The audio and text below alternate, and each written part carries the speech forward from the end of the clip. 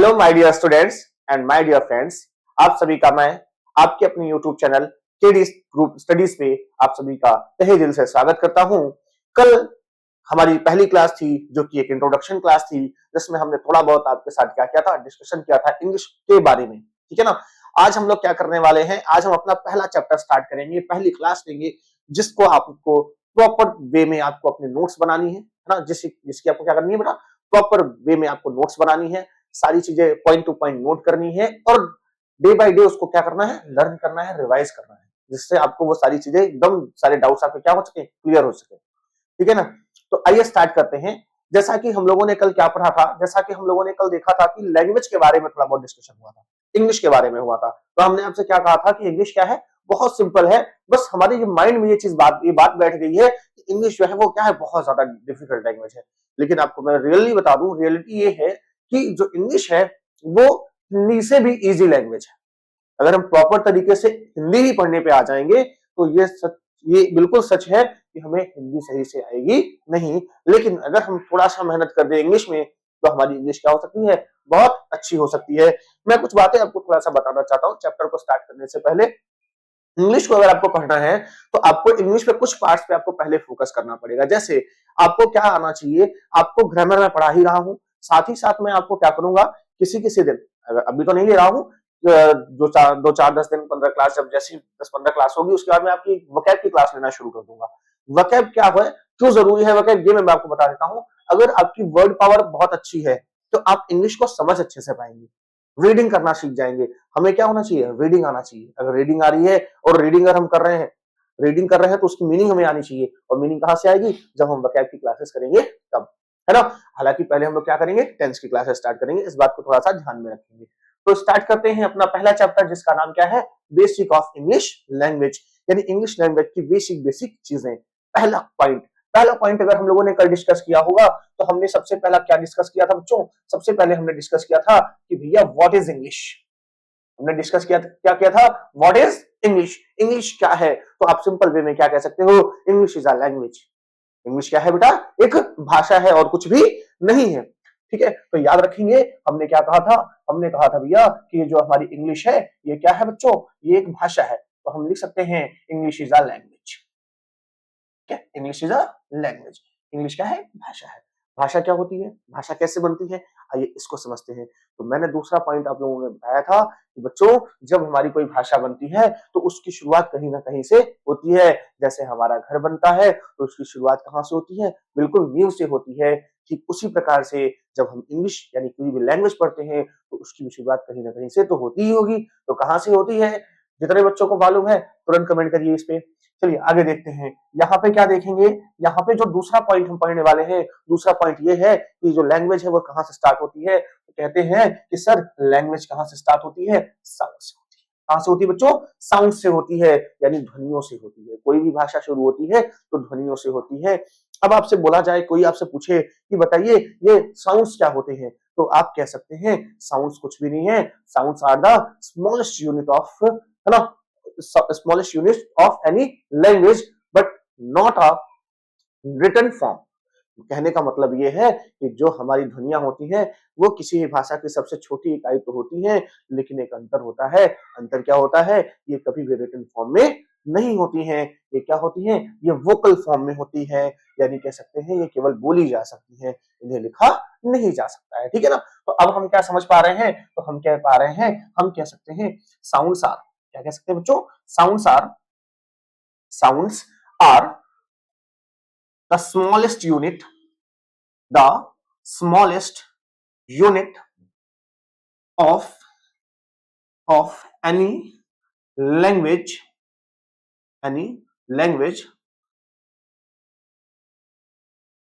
but not a written form, not a but not in a written form, है ना, but not in a written। ये क्या होते हैं बेटा, ये हमारे किस फॉर्म में नहीं होते, ये हमारे रिटन फॉर्म में नहीं होते हैं। ठीक है, ये बात आपको समझ में आ रही है, इसमें कोई डाउट तो नहीं है। ठीक है, ये बात आपको एकदम क्लियर हो जानी चाहिए कि जो हमारे क्या होते हैं, साउंड्स होते हैं, वो स्मॉलेस्ट यूनिट होते हैं, वो रिटन फॉर्म में नहीं होते हैं। तो अब इसके आगे बढ़ते हैं तो इसमें कुछ पॉइंट्स को हम समझते हैं।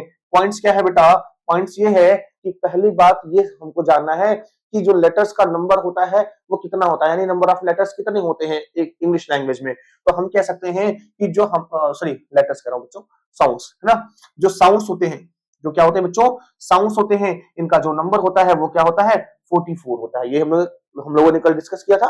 कितने साउंड्स है बच्चा आपके पास, तो कहेंगे सर टोटल हमारे पास कितने साउंड्स हैं, 44 साउंड्स हैं। अच्छा, इन साउंड्स को आपने क्या देखा था, आपने देखा था कि सर ये साउंड्स क्या हो रहे थे, दो कैटेगरीज में डिवाइड हो जा रहे थे। कौन कौन सी कैटेगरीज बन रही थी, तो आपने क्या देखा था कि सर एक साउंड हमारा कौन सा बन रहा है, वॉवेल साउंड सा बन रहा है। कैसा बन रहा है बेटा, वॉवेल साउंड सा बन रहा है। वॉवेल साउंड क्या होता है, आइए इसको थोड़ा सा समझते हैं।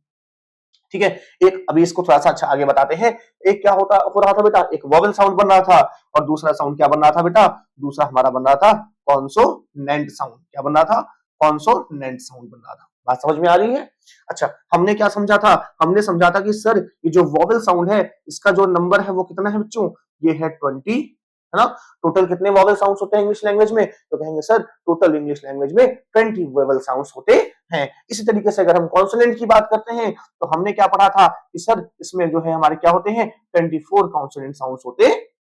ये बात बिल्कुल आप लोगों को क्लियर हो गई। अच्छा, अब ये समझते हैं कि वॉवेल साउंड्स होते क्या हैं। तो बच्चों याद रखना कि वॉवेल साउंड्स वो साउंड्स होते हैं जो वोकल कॉर्ड से प्रोनाउंसिएट किए जाते हैं।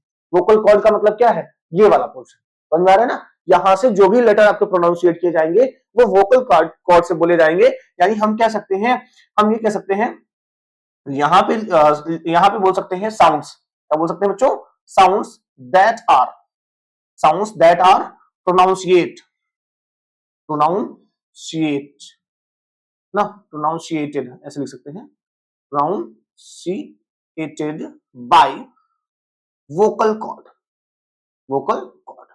यानी ऐसा लेटर, ऐसे साउंड्स जो कहां से प्रोनाउंसिएट किए जाते हैं, वोकल कॉर्ड से प्रोनाउंसिएट किए जाते हैं, उन्हें क्या कहा जाता है, वॉवेल साउंड्स कहा जाता है। और अगर हम इनके कॉन्सोनेंट साउंड्स की बात करते हैं तो कॉन्सोनेंट साउंड्स में हम क्या देखते हैं, हम लिखते हैं sounds that are not pronounciated by vocal cord, यानी ऐसे साउंड्स जो वोकल कॉर्ड से प्रोनाउंसिएट नहीं किए जाते हैं, उन्हीं साउंड्स को हम लोग क्या कहते हैं, कॉन्सोनेंट साउंड्स कहते हैं। तो यहाँ पे इसकी डेफिनेशन भी हमारी क्या हो गई बच्चों, बन गई।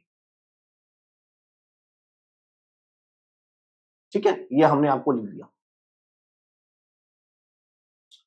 ठीक, अब हम थोड़ा सा आगे डिस्कस करते हैं। तो आगे डिस्कस करते हैं तो हमें क्या मिलता है, सबसे पहले ये पूछा जाता है कि इन साउंड्स का यूज करता कौन है और ये कहां मिलते हैं।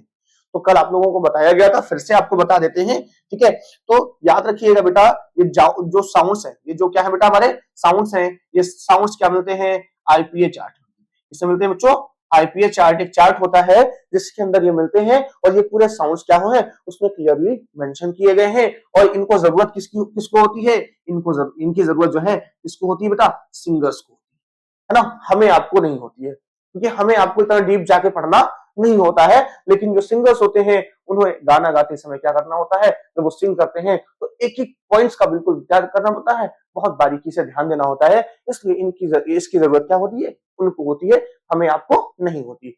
अब थोड़ा सा अब आगे चलते हैं, यहां तक आपको बात बिल्कुल समझ में आ गई होगी।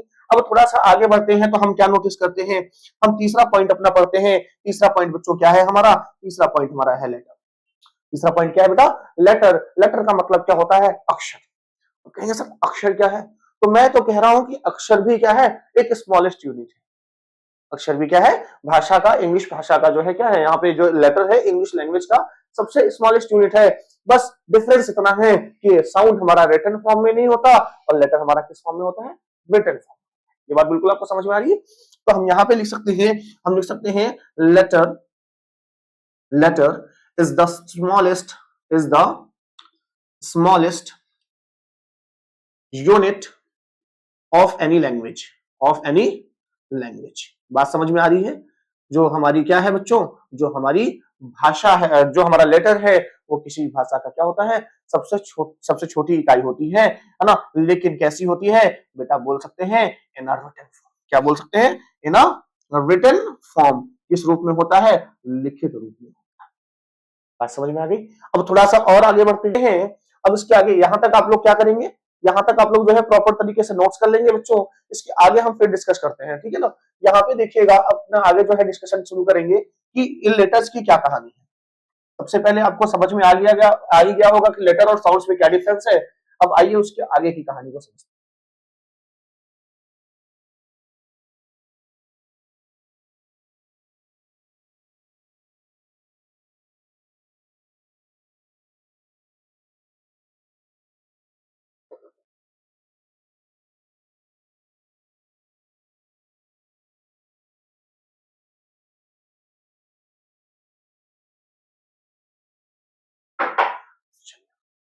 तो हम लोगों ने क्या समझा, हम लोगों ने अभी तक किसके बारे में समझा, लेटर के बारे में समझा।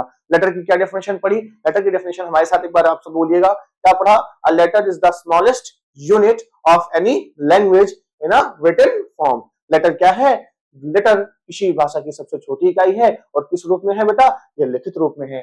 फिर आगे थोड़ा सा बढ़ते हैं तो आगे हम क्या देखते हैं कि लेटर्स का नंबर कितना है, नंबर ऑफ लेटर्स कितनी है इंग्लिश में। तो हम कहेंगे यहाँ पे क्या बोलेंगे बच्चों, यहाँ पे बोलेंगे नंबर ऑफ लेटर्स, डालेंगे number of letters in English language. In English language, English भाषा में जो नंबर ऑफ लेटर्स हैं वो कितने हैं बच्चों, तो कहेंगे सर वो बहुत ज्यादा नहीं है। वो कितने हैं हमारे, किसको किसको मालूम है, जल्दी कमेंट करिए, है ना। तो यहाँ पे कहेंगे कि सर नंबर ऑफ लेटर्स यहाँ पे हमारे कितने हैं, 26 है। कितने बच्चों, 26 है। साउंड्स कितने हैं, 44 है। लेटर्स कितने हैं, 26 है। अच्छा, अब इसमें क्या किया गया है, अब इन लेटर्स को दो कैटेगरीज में डिवाइड किया गया है। बाकी बेसिक कितनी कैटेगरीज बनाई गई है, केवल दो की बनाई गई है। लेकिन मैंने आपको कल बताया था कि टोटल कितनी कैटेगरीज होनी चाहिए, 3 होनी चाहिए। आइए उसके बारे में भी डिस्कशन करते हैं। फर्स्ट ऑफ ऑल इसमें क्या किया गया, दो कैटेगरी बनाई गई। एक क्या बनाया गया बच्चों, एक कैटेगरी इसकी बनाई गई वॉवेल की। इसकी बनाई गई बच्चों, वॉवेल की बनाई गई। तो वॉवेल की बनाई गई तो वॉवेल कितने हुए, तो कहेंगे सर ये वॉवेल जो बने हुए हैं, पहली बात तो ये समझिए ये कहां से बने हुए हैं, ये वॉवेल साउंड से बने हैं। और इनका नंबर कितना होता है बेटा, 5 होता है। कितना होता है, 5 होता है। और ये कौन कौन से होते हैं, तो कहेंगे सर ये होते हैं ए ई आई ओ यू। कितने होते हैं बेटा, ए ई आई ओ यू। टोटल नंबर ऑफ कितना है इनका, टोटल नंबर है इनका 5। इसके बाद बढ़ते हैं आगे। आगे हम क्या देखते हैं, आगे हम देखते हैं कॉन्सोनेंट साउंड। कॉन्सोनेंट्स देखते हैं, सॉरी कॉन्सोनेंट्स देखते हैं। तो टोटल कॉन्सोनेंट्स हम लोगों ने अब तक कितने पढ़े हैं बेटा, 21। कितने पढ़े हैं, 21। कौन कौन से होते हैं, चलिए हमारे साथ बोलिएगा। होगा सर बी, फिर क्या होगा, C D F G H J, है ना, आई तो नहीं आता ना, हाँ, बिल्कुल जे, फिर K L M N P Q R S, है ना। उसके बाद क्या आता है, उसके बाद आ जाता है बेटा T V W X Y and Z. आ गया कि नहीं आ गया, ये टोटल हमारे क्या हो गए बेटा, टोटल ये हमारे कितने हो गए। अब यहाँ पे काउंट कर लेते हैं टोटल है या फिर नहीं है। तो ये काउंट कर लीजिएगा 1 2 3, है ना। ऐसे देखेंगे तो अब जो है टोटल 21 आपके लेटर्स आ जाएंगे। ये आपके कॉन्सोनेंट्स हो गए, ठीक है ना। अब ये कॉन्सोनेंट्स बनते किससे हैं, ये कॉन्सोनेंट बनते हैं कॉन्सोनेंट साउंड से। लेकिन लेकिन इसी में बेटा आप एक चीज देखते हो कि ये जो कॉन्सोनेंट है, ये कॉन्सोनेंट क्या करता है, अपनी दो कैटेगरीज और बनाता है। क्या बनाता है, दो कैटेगरीज बच्चों। एक बनाता है ये बच्चा, इसमें दो कैटेगरीज ये होगा, एक केवल कॉन्सोनेंट होगा और एक ऐसा वर्ड भी हो, एक ऐसा कैटेगरी, एक ऐसी कैटेगरी बनेगी जो एज अ वॉवेल भी काम करेगी, जिसको हम लोगों ने क्या कह रखा है, जिसको हम लोगों ने कह रखा है सेमी वॉवेल। क्या कह रखा है, सेमी वॉवेल। अब ये सेमी वॉवेल क्या होता है बच्चों, तो कहेंगे सर सेमी वॉवेल क्या होते हैं, semi vowels are consonant but it is but they are used as a vowel, ठीक है ना। क्या होते हैं, ये क्या होते हैं बच्चों, तो कह सकते हैं सर ये हमारे एक्चुअल में कॉन्सोनेंट्स होते हैं, बट कभी कभी ये क्या हो जाते हैं, कभी कभी ये वॉवेल के जैसे यूज हो जाते हैं। उसमें कौन कौन से आते हैं, तो कहेंगे सर इसमें हमने पढ़ा था डब्ल्यू एंड वाई। क्या पढ़ा था, डब्ल्यू एंड वाई। बात समझ में आ रही है ना। तो दो हमारे लेटर्स हैं हमारे पास, क्या है, डब्ल्यू एंड वाई। यहां तक बात क्लियर हो गई। अच्छा मैंने ये सारी चीजें क्यों इतनी एक्सप्लेन करी, आपको समझ में आया नहीं, आइए समझाते हैं। पहली बात, एक बात दिमाग में बैठा लीजिए बच्चों कि जो हमारा क्या होता है वर्ड बनता है, वो वर्ड वॉवेल और कॉन्सोनेंट को मिलाने से बनता है। कोई भी ऐसा वर्ड नहीं है जो केवल कॉन्सोनेंट कॉन्सोनेंट से बन जाए या फिर केवल वॉवेल वॉवेल से बन जाए। बिना दोनों को मिलाए, बिना दोनों चीजों का यूज किए हम कोई भी क्लियर मीनिंगफुल वर्ड नहीं बना सकते हैं। हालांकि वर्ड पे पहुंचने से पहले हम लोग एक और टॉपिक पढ़ेंगे जो आप लोगों का बहुत ज्यादा कंफ्यूजन वाला रहता है वर्ड, जिसका नाम है बेटा अल्फाबेट। क्या है? अल्फाबेट।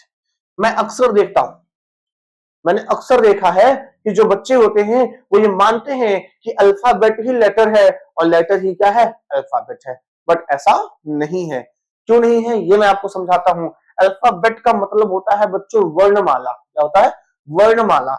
वर्णमाला का मतलब हुआ एक वर्ड नहीं, जितने भी लेटर्स आ रहे हैं ना, इसको हम कह सकते हैं जितने भी वर्ड आ रहे हैं, वर्ण आ रहे हैं, जितने भी लेटर्स आ रहे हैं, इनका जो ग्रुप होता है, एक अगर सिस्टमैटिक तरीके से ग्रुप बनाया जाता है तो वही ग्रुप क्या कहलाता है? अल्फाबेट कहलाता है। लेकिन लेटर क्या होता है? लेटर एक एक लेटर होता है। जैसे लेटर मैं अगर बोलूंगा तो ए लेटर है, ई लेटर है, आई लेटर है, ओ लेटर है, यू लेटर है। लेकिन मैं अगर बोलूं अल्फाबेट है तो सर कहोगे नहीं सर ये अल्फाबेट नहीं है।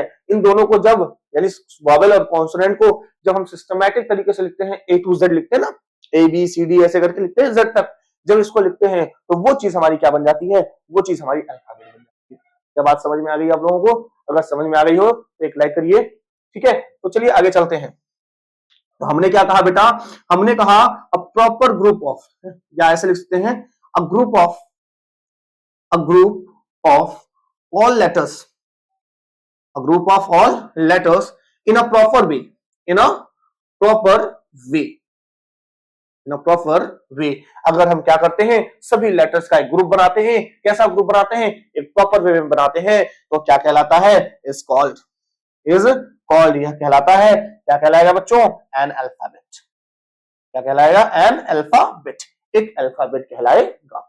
ठीक है, अब यहां पे क्या होगा? अल्फाबेट कैसा होता है? तो आपसे कोई बोले एग्जांपल बताइए, तो आप सीधा बोल सकते हो कि ए से जेड तक अगर हम लिख देते हैं तो वो चीज हमारी क्या हो जाती है? अल्फाबेट हो जाती है। बात समझ में आ रही है? ठीक है, अब इसके आगे जो है हम क्या करते हैं? डिस्कशन शुरू करते हैं, इसके आगे पढ़ते हैं। पहली बात, ये सारी चीजें आपको क्या करनी है? प्रॉपर तरीके से अपने नोट्स में लिखनी है। इसलिए मैं एकदम देखिए क्लियरली मैं मेंशन भी कर रहा हूं। मैं चाहता तो शॉर्ट में लिख सकता था, लेकिन मैंने इसलिए आपके लिए आपके सामने ऐसा सारा कुछ लिखा है जिससे आपको बहुत ज्यादा परेशान होने की जरूरत ना हो। एज इट एज जैसा लिखा हुआ है उसको आपको वैसा ही क्या कर देना है?